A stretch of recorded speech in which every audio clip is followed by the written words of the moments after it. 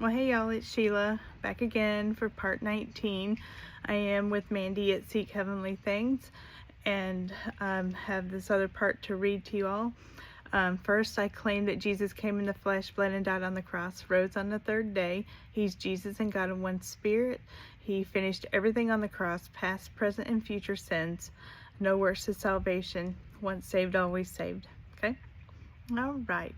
So today for 5/15/2026 is the pre-introductory phase, the second phase, again, part 19.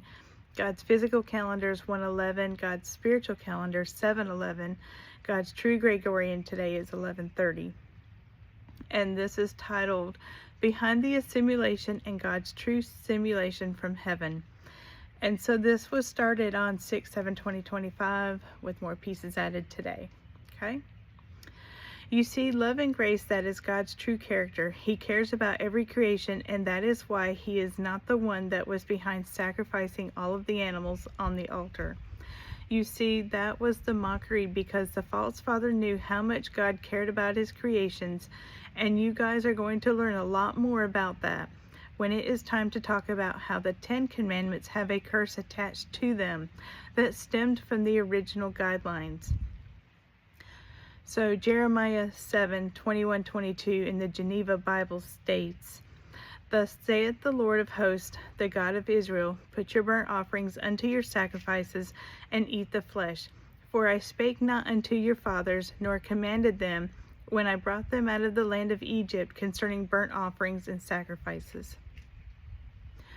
You see, not all things appear to be copacetic. Things have been mistranslated, things have been covered up and designed that way, setting you all up for what's to come, to show you the end time plan of it all. His true design through the true outline of what's to come, through Jesus' true fundamental principles. So, it is time to start listening to the true Father from heaven, not the false Father, who is the enemy setting you all up, leading you all to your demise, as you are listening to the squalling of the enemy, leading you all to condemn your neighbor. Do you not get it yet? The entire assimilation is a facade, a setup through God's true simulation that He formed inside the heavens. It is all bringing in a new glimpse of what the future outcome will be when you face the beguilement in the garden. But have you ever wondered how in the world would that be like? Let me start that again. But have you ever wondered how the world would be like if there was never any beguilement at all? Okay. Have you ever wondered what the outcome would have been if no sin entered inside the world to form the temporal worlds? You see, there's a reason I say these things. It is to lead you all into a certain direction of wonder. But why would I do that? What is the purpose of a glimpse for your future? Everything is the final outcome for you, isn't it? So why a glimpse for your future? Is it perhaps so you can recognize how sin changes everything and all that it builds up to be? Is it perhaps to teach you all things that you have never been taught before? Is this the final outcome of everything to make you through your choices for the future? This is precisely why I sent my only begotten Son in the flesh to teach you all of these things, so He could show you the correct way when you are all forced to make a choice, to choose me or to fall to your demise. But Jesus knew that it was coming, all of it. And He allowed every single thing that you see. He allowed it all to bring in the future evil, as I, Yeshua HaMashiach, merged the worlds together, playing the ultimate characters of a good versus evil through the simulation of technology formed into the final transformation of the best portal of information through the battle of the races as Mario and Luigi take their final course. Jesus is funny.